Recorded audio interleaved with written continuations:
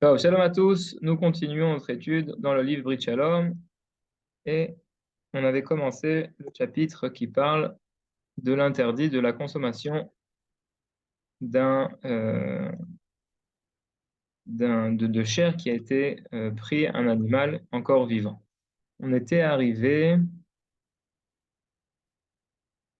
on était arrivé, je ne m'appelle plus trop, je pense à la page 70.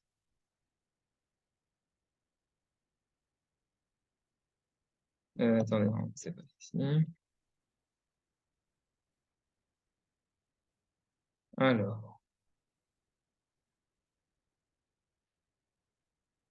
voilà les animaux.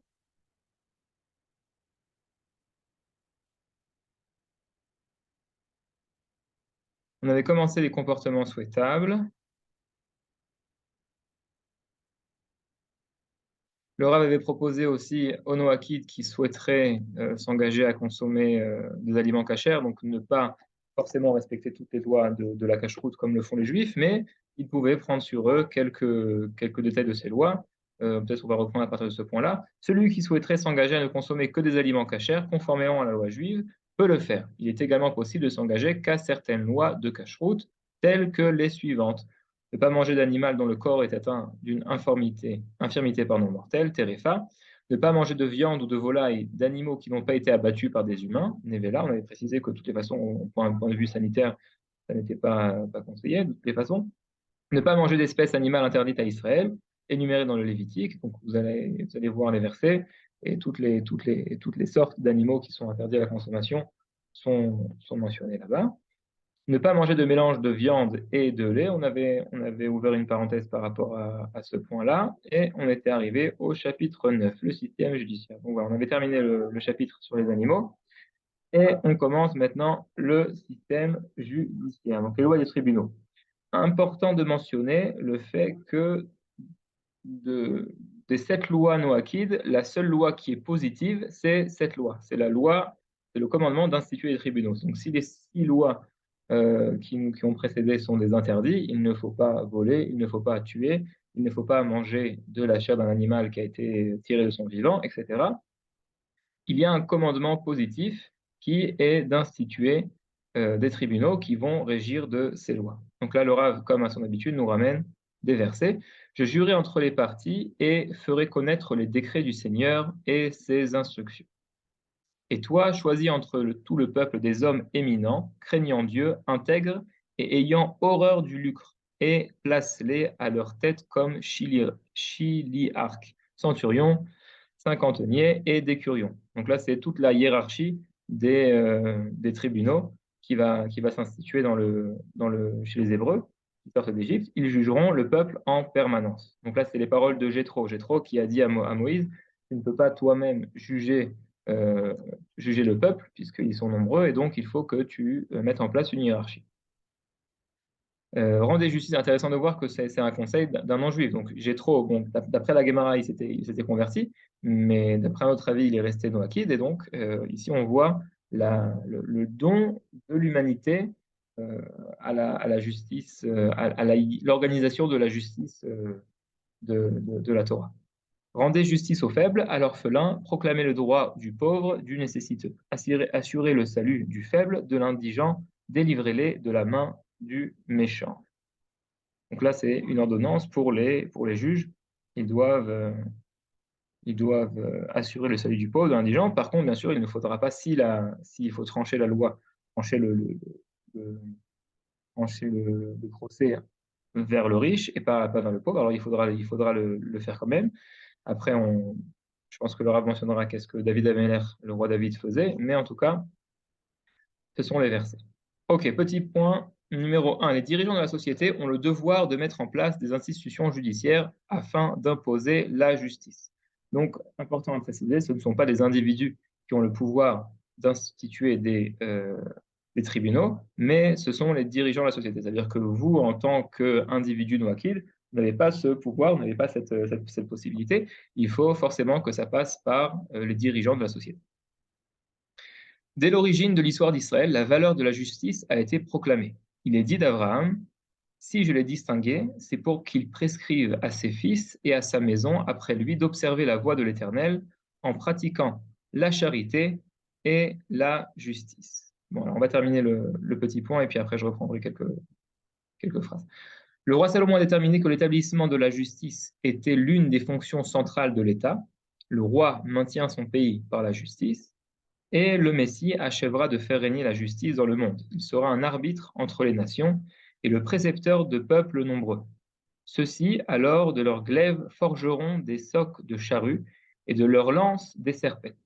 Un peuple ne tirera plus l'épée contre un autre peuple et on n'apprendra plus l'art de la guerre. Donc la traduction est, est assez ancienne, mais en tout cas, on voit ici le rôle du Messie qui viendra juger et, euh, et, et pour un rôle d'arbitre entre les nations. Et dans un futur, il n'y aura plus de guerre, et donc tous les glaives seront transformés en ustensiles de travail, etc. Ok, il y a une guémara qui est importante ici, c'est par rapport à le verset qui a été cité plus haut, il fallait pratiquer la charité et la justice. Le verset nous dit de pratiquer la charité et la justice. Et donc la guémara nous demande comment est-ce qu'on peut pratiquer en même temps la charité et la justice, puisque si c'est la charité, ça n'est pas juste. La justice, c'est de faire ce qu'il faut faire, de donner que celui qui a été condamné ou qui doit régler la dette, etc., ou rembourser le dégât qu'il a fait, le paye. Et donc la charité, c'est justement lui dire, tu n'as pas besoin de le faire. Et donc comment est-ce qu'on peut lier en même temps, juxtaposer la charité et la justice? Et donc la Guémara nous raconte que David Améler, le roi David, donc il jugeait les personnes qui venaient devant lui, et puis si c'était le pauvre qui était condamné, alors il tranchait la loi en faveur du riche, comme il le fallait, et puis après, comme il savait que c'était un pauvre qui devait payer, il venait voir le pauvre et lui disait, voilà, je te donne cette somme d'argent pour que tu puisses rembourser le riche. Donc il tranchait la justice, mais juste après, il faisait la charité. Et puis la Guémara demande, mais c'est pas ce qui est écrit dans le verset, puisque dans le verset, il y a marqué la charité et la justice en même temps. Là, c'est d'abord la justice et puis après la charité. Donc David tranchait la loi et puis après allait aider le pauvre à payer. Et donc ça n'est pas la justice avec la charité en même temps, c'est d'abord la justice et après la charité. Et la Guémara nous dit que en fait, le fait de trancher la justice, c'est de la charité. Ça veut dire qu'à partir du moment où le juge a décidé que, d'après la loi, c'était cette personne qui devait rembourser, qui devait payer le dégât, ou alors que ce soit dans n'importe quelle situation, alors, de par ce fait, il faisait de la charité envers cette personne, puisqu'il lui donnait la possibilité de rembourser et de se racheter, on va dire, de se rattraper par rapport à ce qu'il avait fait. Et donc, le fait de trancher la justice, c'est ça la charité. Donc, en fait, il le sauve du vol qu'il aurait pu faire. Et donc, c'est comme ça en fait, on peut faire la charité et la justice en même temps. Je vous rappelle de façon générale, dans le judaïsme, on ne parle pas d'une valeur qui est supérieure à d'autres valeurs, mais de l'unité des valeurs. Ça veut dire qu'il faut trouver l'harmonie, on va appeler ça comme ça, entre les différentes valeurs. Il n'y a pas qu'une seule valeur qui prime sur les autres, comme par exemple dans l'islam, où c'est la rigueur qui prime, ou alors chez les chrétiens, où c'est la charité, la bonté, la compassion qui priment. Dans le judaïsme, on essaye de faire une unité des valeurs. Et donc, c'est pour ça ici que Dieu dit qu'il a choisi Abraham pour qu'il pratique la charité et la justice. Il y a ici l'unité des deux valeurs. Petit 3. La génération du déluge a été condamnée à la destruction car elle ne respectait pas la justice. Comme il est dit, le terme de toutes les créatures est arrivé à mes yeux parce que la terre, à cause d'elle, est remplie d'inquiétude. Donc là, c'est le verset qui nous dit que ça a été la cause du déluge, c'était le manque de justice. 4. Les lois de l'État doivent être bonnes et droites. Sodome et Gomorrhe ont été détruites parce qu'elles avaient un système juridique immoral. Vous pouvez voir dans les versets et dans le Talmud qui nous dit qu'il y avait l'interdiction, à Sodome et Gomorrhe, l'interdiction d'inviter des gens qui n'avaient pas de toit à manger et à dormir, etc. Donc on voit que c'était un système qui était juridique, qui était immoral, et donc c'est pour ça qu'elles ont été détruites. 5. Ce commandement comprend l'obligation d'enseigner les lois des fils de Noé. Ok, donc ça c'est Maïmonide. Maïmonide qui nous dit donc que ça, le commandement donc d'instituer des, des tribunaux, ça comprend aussi l'obligation d'enseigner ces lois. Et donc c'est ce que le Rav ici va faire dans la suite du chapitre. 6. Il incombe aux sages noaquis d'établir et de faire respecter des lois justes, des règlements et de prendre des mesures pour empêcher la corruption de la société et pour orienter les cœurs dans le droit chemin. 7. Il faut nommer des juges dans chaque district. Bon, alors après, c'est de toute façon comment est-ce qu'on organise ces tribunaux. Donc, il faut qu'il y ait des juges dans chaque district. 8. La mise en œuvre de ce commandement relève de la responsabilité des chefs d'État qui détiennent le pouvoir et n'est pas la prérogative de l'individu, comme je l'ai mentionné précédemment, c'est important. Je ne veux pas que demain, un groupe de Noakides m'appelle et me dise, voilà, on a monté un tribunal, qu'est-ce qu'on doit faire? Alors non, c'est seulement la prérogative des chefs de l'État, et donc il faudra attendre que, peut-être que si vous fixez un rendez-vous avec le président, alors vous avez peut-être une chance de le convaincre de faire monter un tribunal noakide, mais pour l'instant, tant que ça n'est pas mis en place de façon légale, alors on ne pourra pas les noakides ne pourront pas faire de tribunal et puis juger des lois. 9. Il incombe au juge de juger les infractions aux 6 autres lois et de punir ceux qui les transgressent. Donc, en plus du fait que le tribunal doit instituer des lois qui soient justes, des règlements, etc., il faudra aussi juger des infractions aux 6 autres lois. 10. Les juges ont l'interdiction de se laisser corrompre ou de dévier le jugement. Donc là, on passe plutôt aux lois que doivent respecter les juges. Dans le judaïsme, on a pas mal de lois auxquelles les juges doivent faire attention. Par exemple, ne pas recevoir ne pas recevoir de corruption, de l'argent pour trancher le procès en faveur d'une personne.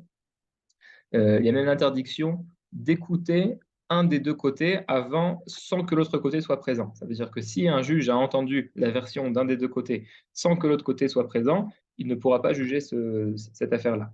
Donc il y a vraiment des lois qui sont très strictes. Il y en a qui apparaissent dans les versets, d'autres qui sont dans la Mishnah et dans la Gemara. Et donc le Rav ici va nous mentionner quelques lois. Il est interdit d'exécuter une peine avant la tenue d'un procès.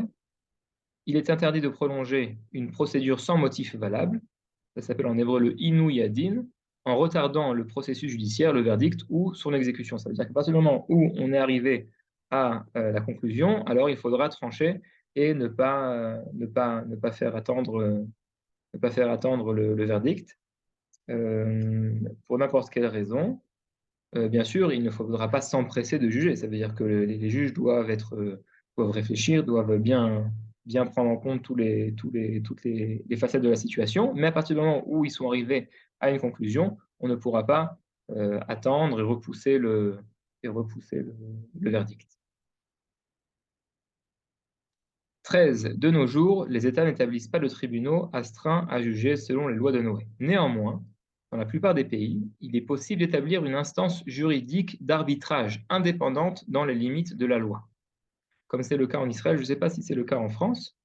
En tout cas, en Israël, il y a une loi qui s'appelle Borerut. Borerut, ça veut dire que quelqu'un qui voudrait régler son litige dans un tribunal rabbinique, par exemple, donc qui n'est pas reconnu comme un tribunal officiel par rapport à la loi israélienne, puisqu'il y a les tribunaux qui jugent d'après la loi anglaise, britannique. Et donc quelqu'un qui voudrait se faire juger dans un tribunal rabbinique, eh ben, c'est possible d'après la loi qui s'appelle la loi d'arbitrage. Donc je ne sais pas si c'est le cas en France, s'il y a une possibilité d'être jugé dans une autre instance, une instance, on va dire, parallèle. Bien sûr, même en Israël, ça ne marche pas pour les accusations Plili en hébreu, plili c'est pas mon français. Tout ce qui a trait. Bon, je pense que vous avez compris, ce n'est pas une affaire entre deux personnes, mais c'est un délit. Un délit je trouve pas le mot. En tout cas, c'est possible en Israël. Donc, si en France c'est possible, alors dans ce cas-là, ça serait possible de faire un tribunal noakid qui pourra juger, donc que ce soit par rapport à toutes les lois qu'on a étudiées, bien sûr, toutes les punitions, c'est seulement s'il y a ça a été rendu légal par la loi. Sinon, c'est interdit. 14. Le tribunal est habilité à punir la transgression des 7 lois de Noé dans le cadre de la légalité civile et éventuellement à prononcer la peine capitale en cas extrême.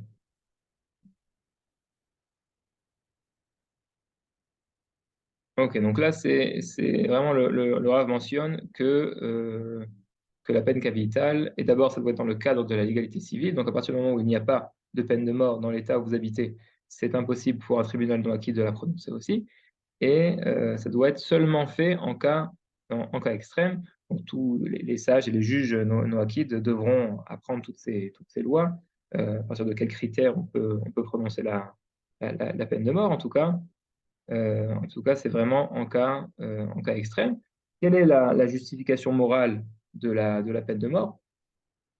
La raison est simple et que nous voulons le bien de la société. À partir du moment où il y a des détracteurs de la société, alors ils ne peuvent plus rester dans la société. Et donc, si les faits qu'ils ont commis sont très graves, alors il faudra bien sûr il faudra que ces personnes ne fassent plus partie de la société. Donc, bien sûr, on a d'autres solutions, on a les prisons, etc.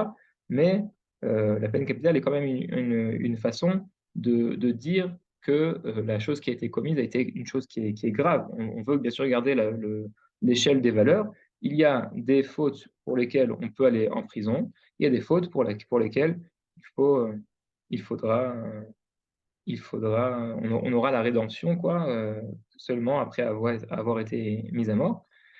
Et donc c'est une position qui est morale puisque on veut le bien de la société. 15. La peine capitale ne peut être prononcée qu'en cas de préméditation absolument évidente, et donc pas quelqu'un qui aurait, par exemple, tué, tué d'autres personnes sans l'avoir prémédité, pas inadvertance, etc. 16. Il ne faut pas sanctionner une infraction faite sous la contrainte. 17. Quiconque croit qu'il est permis de tuer ou d'avoir des rapports avec la femme de son prochain n'est pas considéré dans ce cas comme ayant agi par inadvertance, mais intentionnellement. Ça veut dire qu'il y a des lois que on ne peut pas dire par rapport à ces lois qu'on ne connaissait pas, on ne savait pas que c'était interdit. Il y a des choses qui font partie de la morale humaine que toute personne doit savoir et que même s'il ne savait pas de façon officielle que c'était prohibé, alors il sera quand même considéré comme avoir agi intentionnellement et pas inadvertance. 18. Un noakid peut être jugé sur la déposition d'un témoin unique, même par an, et par un juge unique. Donc, contrairement à la Torah, il faudra forcément, pour être jugé et condamné, avoir deux témoins. Et on ne peut pas se suffire d'un seul témoin, il faudrait qu'il y ait deux témoins. Et de façon générale, il faut qu'il y ait trois juges, sauf dans des cas spéciaux où on peut se suffire d'un seul juge. En tout cas, pour les noakids, ça n'est pas obligatoire, mais le Rav va le conseiller un peu plus tard dans les comportements recommandés. En tout cas, formellement, un noakid peut être jugé avec un seul témoin, à partir de la déposition d'un seul témoin, et par un seul juge. Même si c'est un parent, d'après la Torah, un témoin ne peut pas être, n'est pas apte à être témoin si c'est un proche parent. Euh, donc pour les Noachides, c'est quand même valable. 19. En principe, les femmes ne jugent et ne témoignent pas dans un procès criminel, mais seulement dans un jugement par arbitrage. Donc, souligner ici le mot en principe qu'a écrit le Rav, 318-319. Ok, donc Mishneh Torah, et d'après la Mishnah dans Sanhedrin, Il y avait quand même une juge, Déborah qui était une prophétesse. C'est écrit dans le verset qu'elle a jugé le peuple d'Israël pendant plusieurs années. Et, et donc, dans la Gemara, on nous ramène deux avis. Enfin, c'est les Tosafis qui nous ramènent deux avis. Est-ce que vraiment elle jugeait? Et donc, euh, on aurait pu dire que comme elle était prophétesse, alors c'était un cas spécial. Et le second avis dans les Tosafis, c'est que, en fait, il y avait des juges à côté d'elle, et elle leur disait quelle était la loi. Euh, donc voilà, ça c'est de façon générale. Ok, on a terminé les comportements qui sont obligatoires, doivent être respectés formellement par les Noachides. Et avant de commencer les comportements recommandés, est-ce que vous avez des questions? Attendez, je vais enlever le... Ok.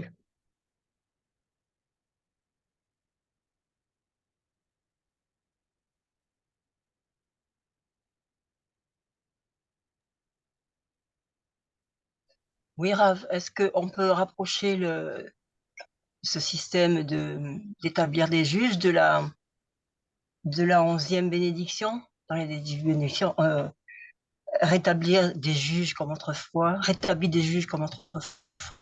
Tout à fait, tout à fait. Oui, oui, c'est C'est une des choses sur lesquelles on prie, de rétablir les juges que nous avions au temps du Sanhédrin, au temps du Temple. Tout à fait. Je tiens à mentionner que par rapport à la peine capitale, le Talmud, dans le traité de Makot, nous dit qu'un Sanhédrin, donc un tribunal, euh, la grande instance, qui met à mort une fois tous les 70 ans, est considéré comme un tribunal qui est criminel. Ça veut dire on voit ici d'un côté la loi formelle, si quelqu'un a fait cette chose-là, alors il sera mis à mort, etc. Toutes les lois sur lesquelles on peut être mis à mort. D'un autre côté, on voit que d'une façon technique, c'est très dur de prononcer cette peine de mort, puisqu'il faut qu'il y ait deux témoins. Ces deux témoins doivent être des témoins qui soient cachers, qui soient aptes à témoigner, des témoins qui sont moraux, qui ne transgressent pas les lois de la Torah, qui ne sont pas des proches parents. Donc il y a plein de lois au niveau technique qui restreignent, on va dire, la possibilité de, en fin de compte, mettre à mort. C'est-à-dire que la Torah veut ici nous dire que cette transgression est grave, c'est une chose qui est grave, mais techniquement, on n'a pas forcément toujours la possibilité de, de, de prononcer la septette capitale. Et il y a même eu un moment après la destruction, un petit peu avant la destruction du temple, où le Sanhédrin a décidé de changer d'endroit pour qu'il ne puisse plus juger des cas de condamnation à mort. Ça veut dire que la peine capitale, d'après le judaïsme, peut être prononcée seulement s'il y a un Sanhédrin qui siège dans le temple et donc le Sanhédrin à cette époque-là a décidé de sortir du temple et d'aller siéger un peu plus loin pour justement ne pas être apte à juger de toutes ces lois. Et donc ici, on voit vraiment la position de la Torah qui est, il y a des choses qui sont graves, qui ne doivent pas être transgressées, et si elles sont transgressées, alors il y a des conséquences, mais au niveau technique, ça n'est pas toujours applicable. Donc, comme je vous ai mentionné, la Gemara nous dit qu'un Sanhedrin, un tribunal qui a prononcé la peine de mort plus d'une fois en 70 ans, est considéré comme un tribunal qui est criminel. Voilà, c'est juste pour compléter l'i- l'idée que Merci. vous avez tout à l'heure. Ouais.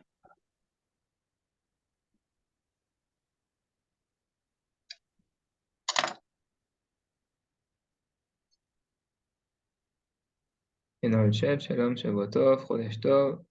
Non, c'est interdit en France. Ok, c'est bon à savoir. Ok, donc s'il n'y a pas de questions, on va s'arrêter ici.